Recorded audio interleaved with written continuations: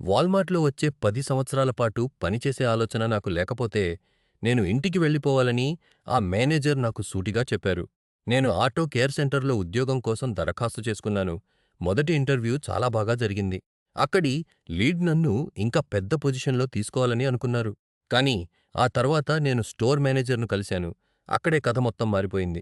నేను 5-10 సంవత్సరాల వరకు వాల్మార్ట్‌కే అంకితం కాకపోతే, ఇక మాట్లాడటం వల్ల ఉపయోగం లేదని ఆమె నాతో స్పష్టం చెప్పారు. కేవలం ఉద్యోగం కోసం నాకు ఆ ఆలోచన ఉందని నేను అబద్ధం చెప్పాను. ఆ తర్వాత మా మధ్య అవైలబిలిటీ విషయంలో సమస్య వచ్చింది. నేను ఎప్పుడైనా అందుబాటులో ఉంటానని చెప్పాను. కానీ వచ్చే 2 వీకెండ్స్‌కు నాకు ఇప్పటికే వేరే పార్ట్ టైమ్ ఉద్యోగంలో షెడ్యూల్ ఉంది. నేను వారికి ఇచ్చిన మాటను నిలబెట్టుకోవాలనుకున్నాను. దానికి ఆమె స్పందన ఏంటో తెలుసా? ఆ 2 వీకెండ్స్‌ను వెంటనే ఖాళీ చేయించుకోకపోతే నన్ను ఉద్యోగంలోకి తీసుకోనని చెప్పారు.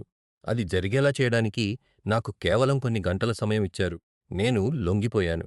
నా ఆత్మగౌరవాన్ని పక్కన పెట్టి, నా రెండో ఉద్యోగంలో ఆ రోజులు సెలవు కావాలని బలవంతం చేశాను. ఇప్పుడు వారం రోజులైంది కానీ నాకు ఇంకా ఓరియంటేషన్ డేట్ రాలేదు. నేను నా షిఫ్ట్లను ఏమీ లేని శూన్యానికి బలి ఇచ్చాను. వారానికి కేవలం 32 గంటల పని, గంటకు $20 ఎలాంటి బెనిఫిట్స్ లేని ఉద్యోగం కోసం ఇదంతా చేశాను. నాకు పిచ్చెక్కినట్లు అనిపిస్తోంది.